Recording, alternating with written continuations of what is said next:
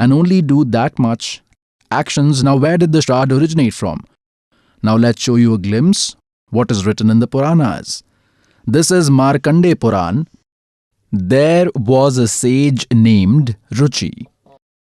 He read and understood Vedas, read that human life is given only to attain salvation. He was a knowledgeable soul.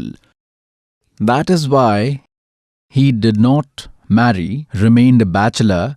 Now he was 40 years old and lived in the forest. He did not even own any house too, did not even put a hut, thinking that to attain salvation, why collect unnecessarily since life is short? As that sage Ruchi was performing devotion as prescribed in the Vedas, and his father, grandfather, great-grandfather, fourth grandfather, who were dead, they became ghosts. They were also sages, and he was also a sage, a Brahmin. They also had done these rituals and made others do it. They had to become ghosts. They appeared and said, "Son, why did you not get married? After getting married, if you had done our shraddhs, then we would have attained salvation." Now sage Ruchi said, "O father, in the Vedas it is forbidden. It is a way of fools to perform shraddh and rituals." And those ghosts also said that, "Son, this is true. There's no doubt about it. It is not false. It is truth. But what will happen to us? Now you go to hell. What will happen to you?" They died, and now they are getting ready to kill their son. Look at this, the Markandeya Puran. It is published from Gita Press, Gorakhpur. It is published from Gita Press, Gorakhpur. This is page number 242. Concise Markandeya Puran. Origin of Rocha-Muni. Markandeya ji says that Brahman, long ago Prajapati Ruchi, was living without any temptations and ego. He did not fear anyone. He used to sleep very little. He neither set fire nor made a house for himself.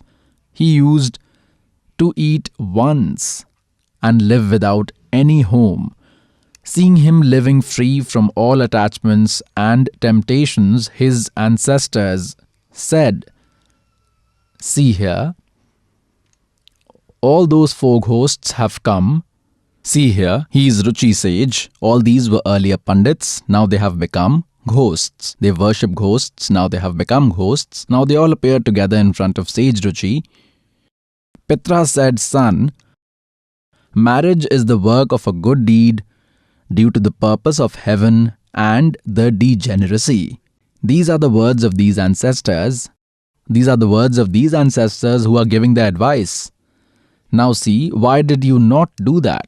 The householder attains the realm in the loks by worshipping all the deities, ancestors, sages and guests. He dedicates their part to the deities from the word swaha to the ancestors by word swadha, and with food donation to the ghosts and guests, etc. Son, we believe that if you do not get married, you will have to suffer hardships in this life, and you will have to suffer misery even after death and in other births as well. Ruchi said, "Father, marriage is a reason for a lot of suffering and sin. It is the reason for decline of a being. Considering this, I did not marry." Now, look here. Ancestor said, "Son, it is advisable to clean the soul by becoming a stoic, but the path you are following is the path of liberation." See this, they are considering the liberation path bad. That what you are doing, the path you are following, this is the path of liberation. Now we will tell you the way of becoming the ghost. See, Ruchi asked, "O father, in the Vedas, the path of action has been called avidya. What you are advising, the shraddhs, rituals, worshipping the ancestors, it is foolishness. Then why are you making me follow that path?" Pitras said, "It is true that karma is ignorance only. There is no doubt about it. Then what's left? It is written in our Purans." Now, the deceased ancestors also believe that this sadhana which you are doing is the path of liberation. And then they are advising him to do ghost worship, shraddh and get married. And this is the path to hell. And you will believe that the path you are pursuing is the path of salvation.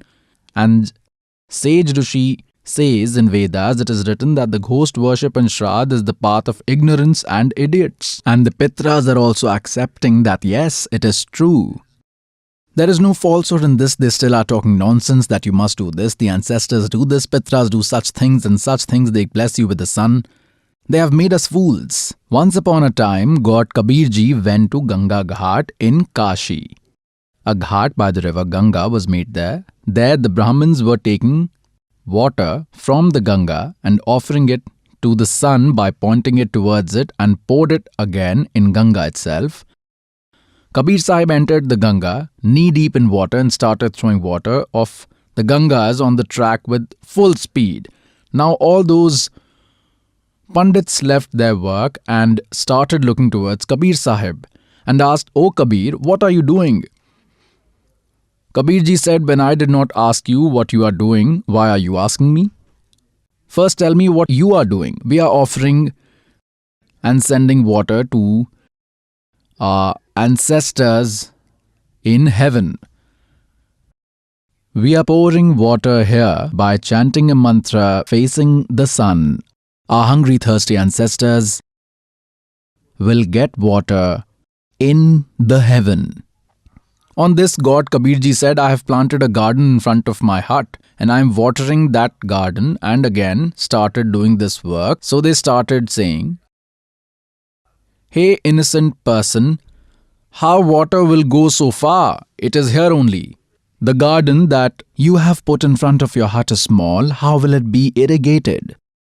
Replied that millions of kilometers away, miles away, if your ancestors can get this water in heaven, then what will be the problem in 2 kilometers?